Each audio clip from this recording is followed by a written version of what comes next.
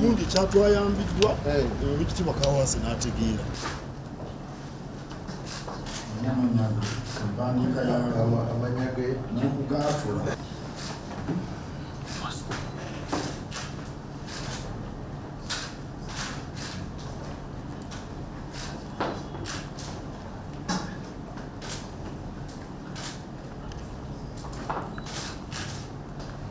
era nkakasa abaagala okusiga ensimbi basobola okumuyigirako bingi ate nga mu Namibia emikisa gye giri kakati bwe balonda omusuubuzi ng'ono omugundiivu abo abaagala okugenda okukolera emirimu gyabwe egy'obusuubuzi e Namibia emikisa giba gyeyongedde era nze ndowooza nti bannayuganda bagyettanire kyannaku nti pulezidenti agenze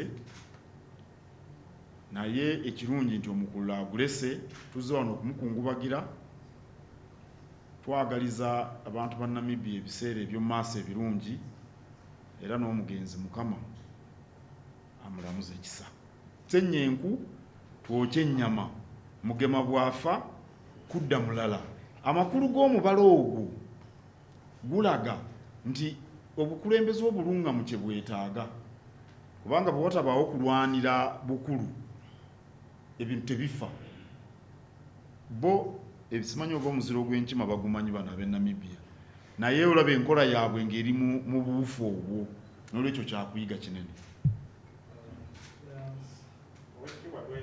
okuweza emyaka 15 naye baali ne pulezidenti ono wa wano babadde naye bakolaganye bulungi era bwe yamala okufuna obwetwaze nga bazzeyo pulezidenti waffe yasooka okugenda y'omu ku baasooka okugendayo enkolagana nnungi kubanga era singa si nnungi sandibaddewe ekisooka bwe nagenda e Namibia nasangayo bannayuganda bangi nnyo sayidi eri bo baamanya dda simanyi batuukayo batya kuba nabasangayo bannayuganda mwemanyi okunoonya ebifuna naye ng'ate wano bannamibia ni batono baba bangi nnyo ndowooza tebasukka 3 oba 5 kati baakategeera okumanya ensi eno nga tutandise okugikiikirira ano oli badde tewulikika nnyo naye bannayuganda bo bye basinga eri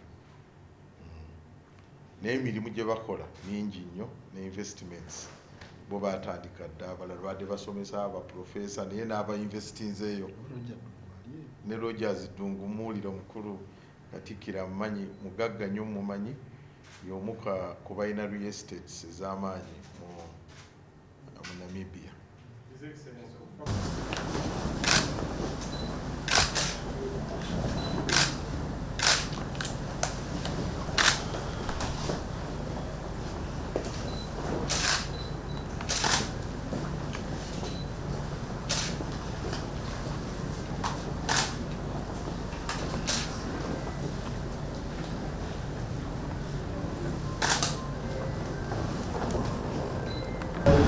Standing in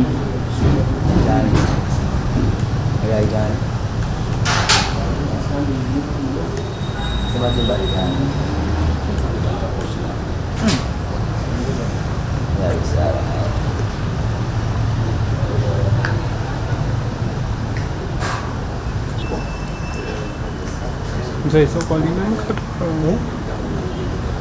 bado ninakampata wangu nyingine na bogenda mzee ajakuyiga okwambala zari mu field batakulamu koze myaka gino gyonna kati mutende sasa era wana training egifunye era bwolemwa tewali yenna gwe tunenya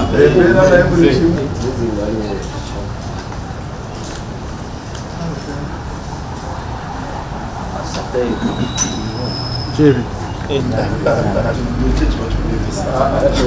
ata kyakola bulungi naye oluusi balimba tunalaba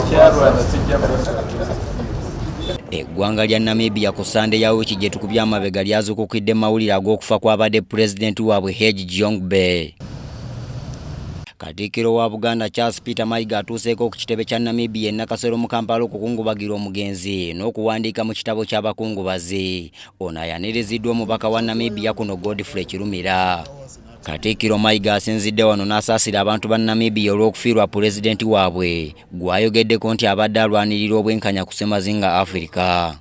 Akoze kinene nnyo okulaba ng'ensi ekula mu byenfuna n'ekifaananyi kyayo okutwaliza awamu.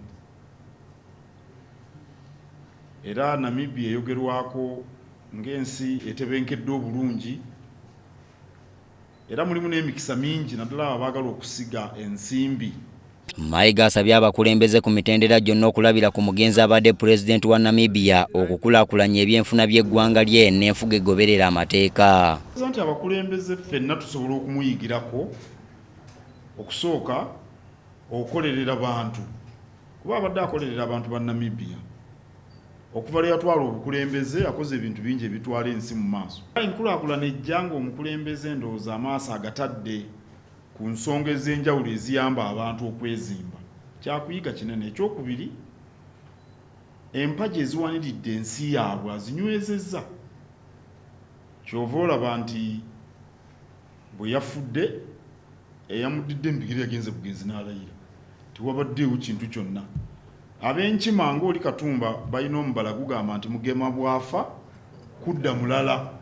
Omubaka wa Namibia kuno Godfrey Kirumira ategeezezza nti pulezidenti Gyongbe waafiiridde ng'enkolagana ne Uganda naddala mu byensuubulagana yeeyongedde. Tandika okubeera n'abantu bano nga bali mu kulwanira eddembe oba obwetwaze mu myaka agambye amaze nabo emyaka 5 kuweza emyaka 15 naye baali ne pulezidenti ono wa wano babadde naye bakolaganye bulungi era bwe yamala okufuna obwetwaze nga bazzeeyo pulezidenti waffe yasooka okugenda y'omu ku baasooka okugendayo.